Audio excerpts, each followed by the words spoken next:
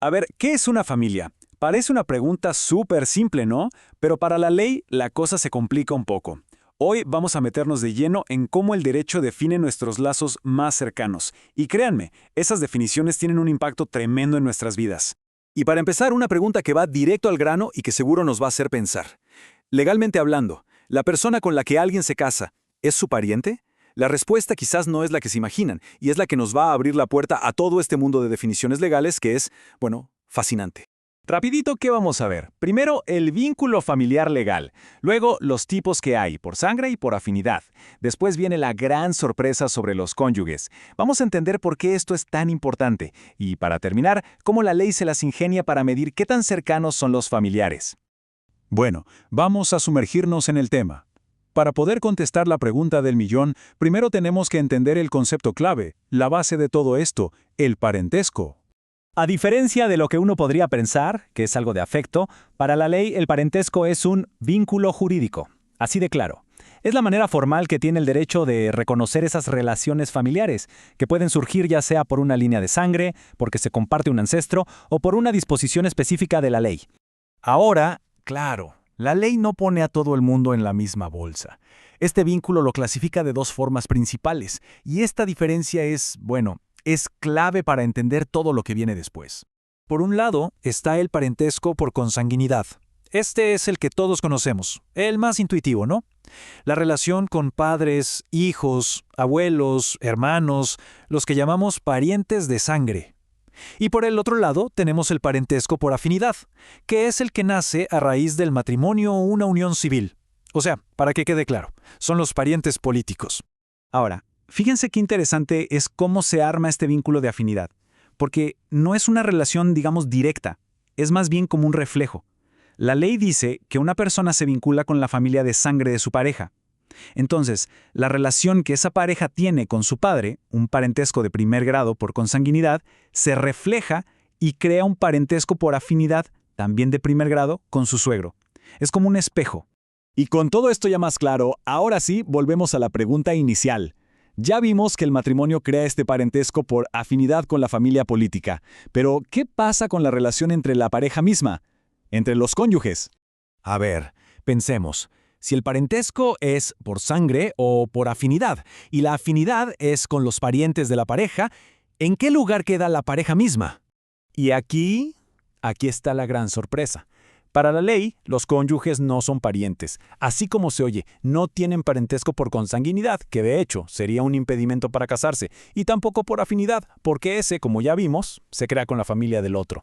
El lazo que los une es otra cosa, es una categoría legal única y especial, el vínculo matrimonial. Esto lo deja clarísimo. La relación con un cónyuge es un vínculo matrimonial. Punto.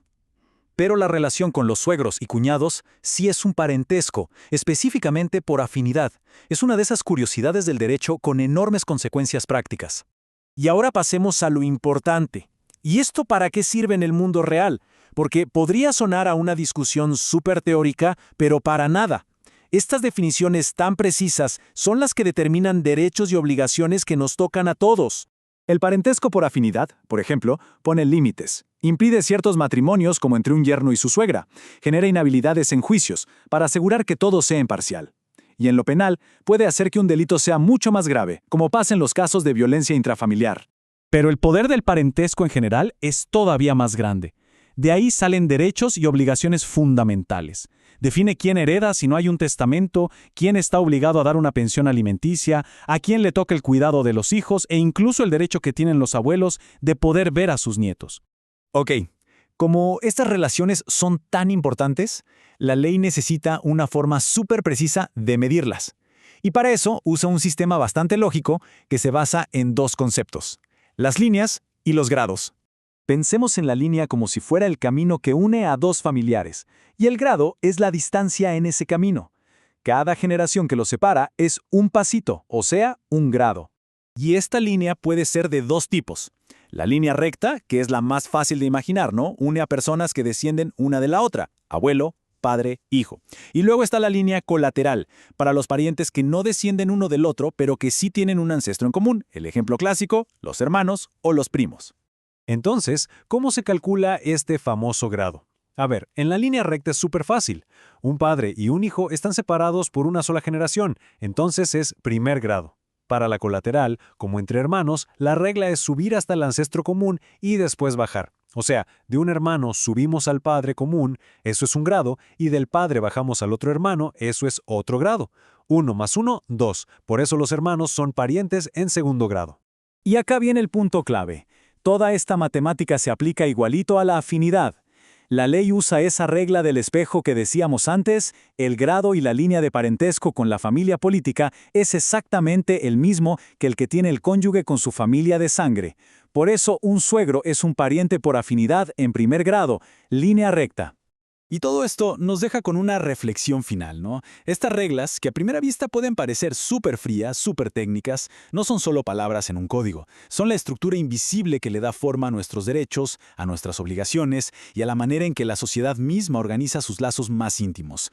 La pregunta que queda en el aire es, ¿de qué otras formas esta definición legal influye en nuestro día a día sin que nos demos cuenta?